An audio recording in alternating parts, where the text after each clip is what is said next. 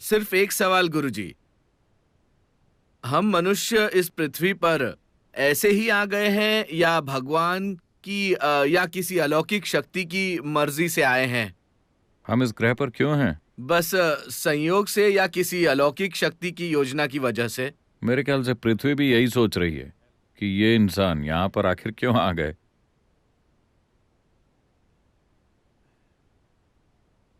देखिए,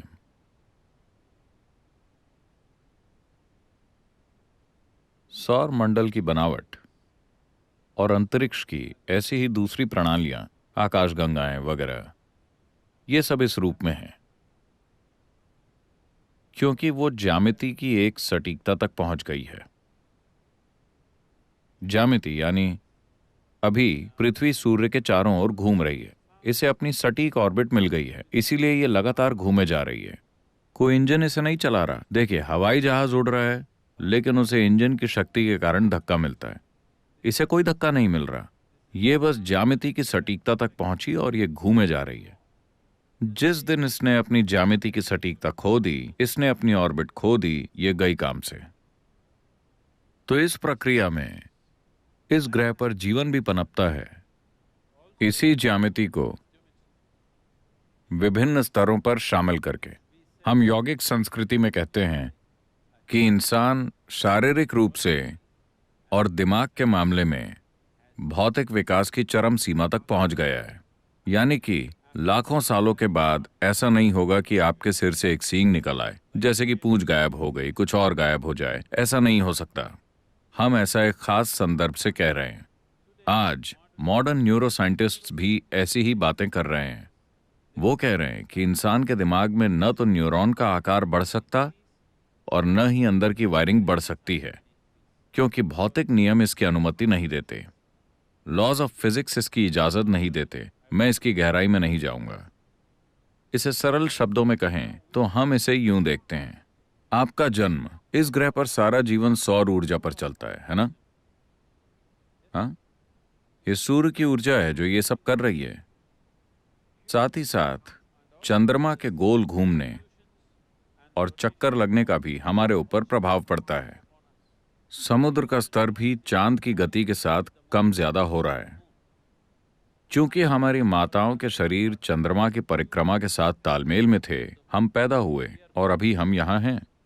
हाँ, अगर चंद्रमा की 28 दिन की परिक्रमा महिलाओं के शरीर में खुद को न दोहराती तो आप और मैं पैदा ही नहीं हुए होते।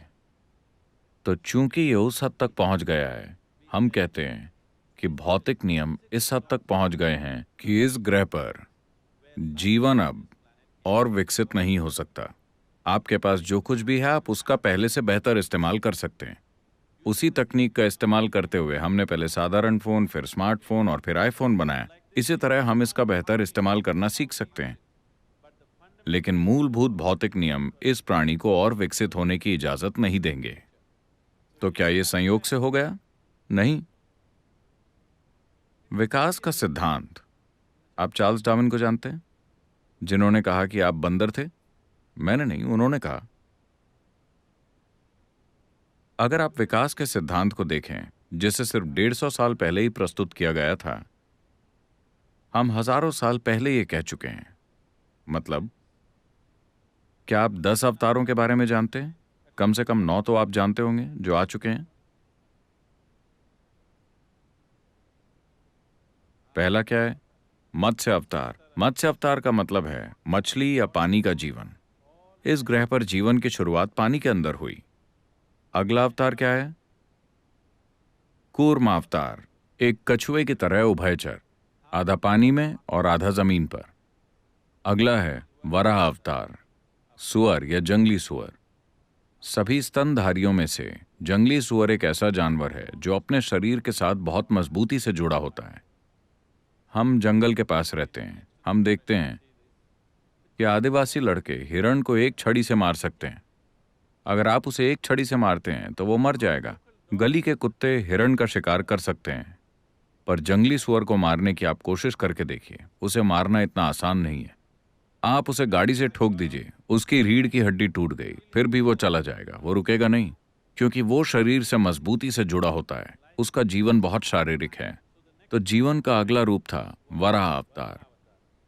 इसका सीधा सा मतलब यह है कि सृष्टि के रचयिता की पहली अभिव्यक्ति थी मछली, फिर एक कछुआ, फिर एक जंगली सुअर, अगला है नरसिंह, आधा आदमी आधा जानवर, अगला है वामन, एक बौना आदमी, अगला है एक पूर्ण रूप से विकसित लेकिन भावुक होकर धीरज खो देने वाला इंसान परशुराम, अगला है एक शांतिपूर्ण इंसान राम, अगला है एक प्रेम करने वाला इंसान कृष्ण, अगला है एक ध्यान में मग्न इंसान बुद्ध।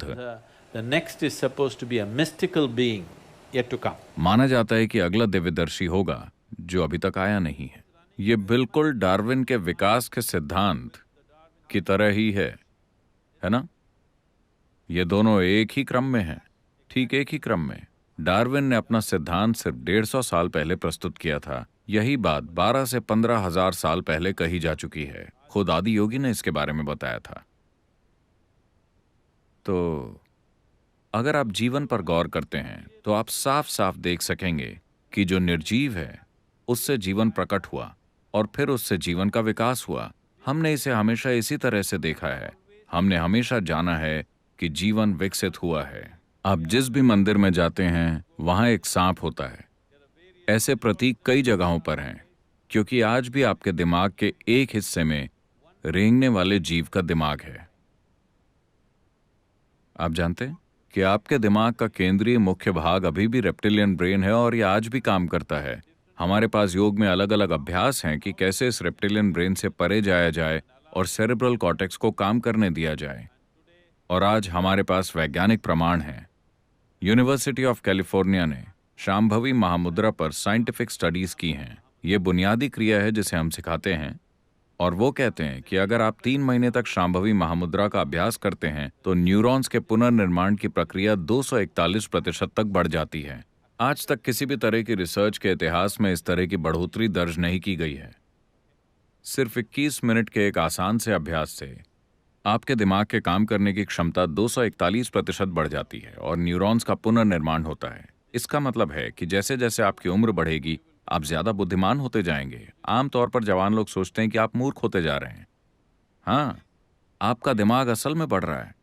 समझे आप? ये हर दिन बेहतर हो रहा है। अब वैज्ञानिक प्रमाण भी मौजूद हैं। हम हमेशा से ये जानते थे, पर आज एक मीटर को ये कहना पड़ता है। अगर कोई इंसान कहता है तो ये सच नहीं है। अगर कोई इंसान कहता है तो बात भरोसे के लायक नहीं है। किसी मीटर को ये कहना होगा। अब मीटर भी कह रहे हैं कि बस 21 मिनट का अभ्यास करने से आपका दिमाग असल में बढ़ रहा है। और आप मीटर पर यकीन मत कीजिए। आप बस 3 महीने तक ये अभ्यास कीजिए और देखिए, आप पाएंगे कि अचानक आपका दिमाग कितना स्पष्ट और कितना तेज हो जाएगा।